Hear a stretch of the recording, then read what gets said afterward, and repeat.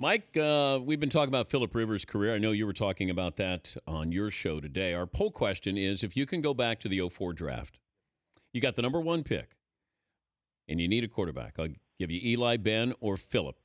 Who are you taking? Ooh, boy, that's a better question than the one we had. That's pretty good. Whoever came up with that one, that's good. I'm just buying time because I really don't know. I'd take Roethlisberger. Yeah, I would too. Yeah. But is it close with the number two pick between Manning and Rivers? No, I'd say it's close with number one. I mean, all due respect to Eli Manning, although he's brought a couple of the most memorable moments we've ever had in a Super Bowl, I think for me it's a close Roethlisberger versus Rivers with Eli at number three. But I'd gladly take any of the three guys. But what is it about Eli where it feels like we underrate him during the regular season and maybe he's overrated during the postseason?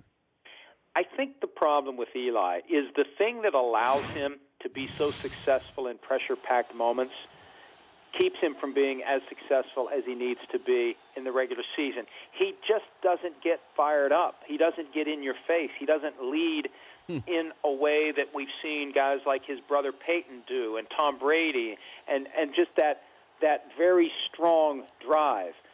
Maybe it is all internalized, but it doesn't come through, so it's harder to get the guys around him to be as accountable as a Peyton Manning would have held his teammates to be accountable. But then when you get to the playoffs and it's a bigger deal, guys like Peyton Manning seem to appreciate how big of a deal it is. Eli just doesn't seem to care, and I think that's what allows him to have those great moments. He doesn't get overwhelmed by the pressure.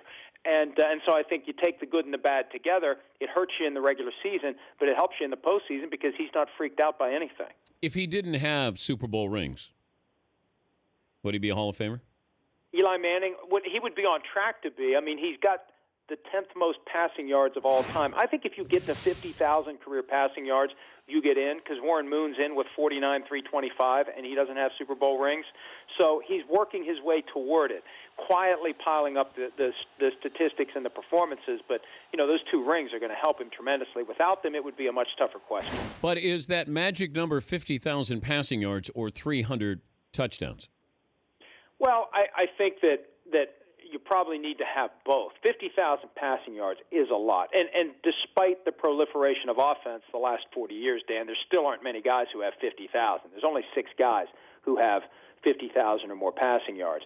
The 300 touchdowns are nice, and Eli's one away from that. Mm-hmm. So he's closer to that standard than to the 50,000, and I think he ends up getting both, and with or without the rings, he probably gets in. It also helps to have the last name Manning. I mean, let's be realistic about that. And playing in New York, too, and your 2 wins in the Super Bowl came against the Patriots as well. Yeah. Phillip Rivers. But it's all his fault now.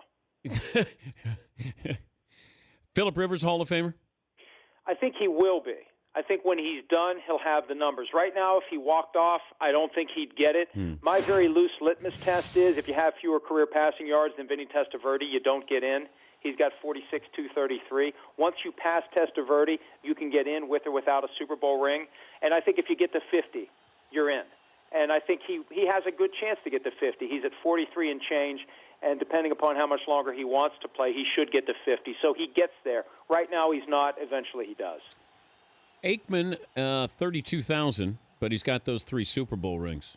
And I think that's the key. The 3 Super Bowl rings and the guy who was the leader of one of the great teams of all time, one of the last dynasties of the pre-free agency era, and right on the cusp of when free agency started to rip great teams apart. So, it made that a no-brainer for him because of the success. Look at Lynn Swann. Lynn Swann's not in without 4 Super Bowl rings. Yeah. He's not in without Super Bowl 10.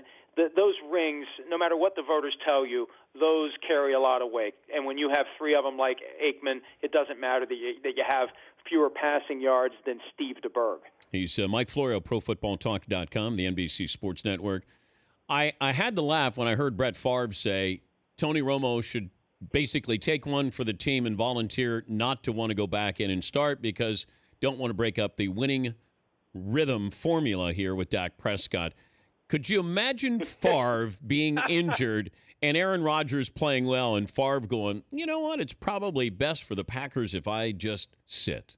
Well, and I think Favre would have played with the broken back. That's the thing. He was so determined to never yield his spot to anyone. And And he's admitted that when he was a backup, he kind of secretly rooted for the starter when the starter went down to not be able to get up. That's how badly he wanted in. He wasn't giving up that spot. So, yeah, there's just a little irony in Favre suggesting that Tony Romo take a seat, because Favre's the last guy who would have, when healthy, voluntarily given up his job to anyone else. We would kill Tony Romo if he said, you know what, I'll just sit here and let Dak play. We'd be like, where's the competitor in here?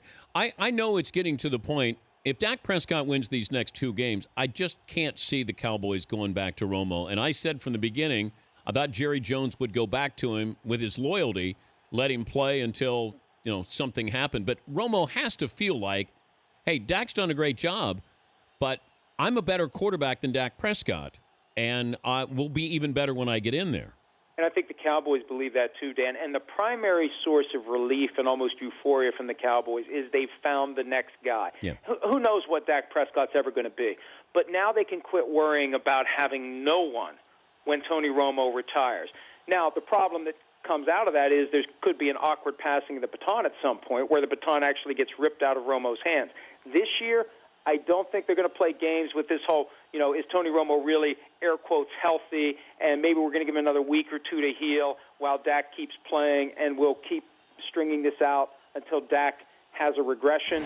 I think they're going to put Romo back when he's ready. My understanding is week 8 or week 9. That's either against the Eagles on Sunday Night Football or at Cleveland, but they're going to go with him when he's ready. The one factor that I thought would tempt Jerry Jones, he is so determined to be responsible for the building of a championship team.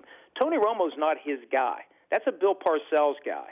Dak Prescott is Jerry Jones' guy, but that loyalty to Romo is there. He wants to win a Super Bowl with Tony Romo, and I think Romo gets back on the field when he's truly healthy, not some phony high bar where the doctors say he's not ready when he really is. They're going to put him out there when he's ready, and if he gets hurt, they don't have to worry anymore because they have a guy who can come in and help them win games.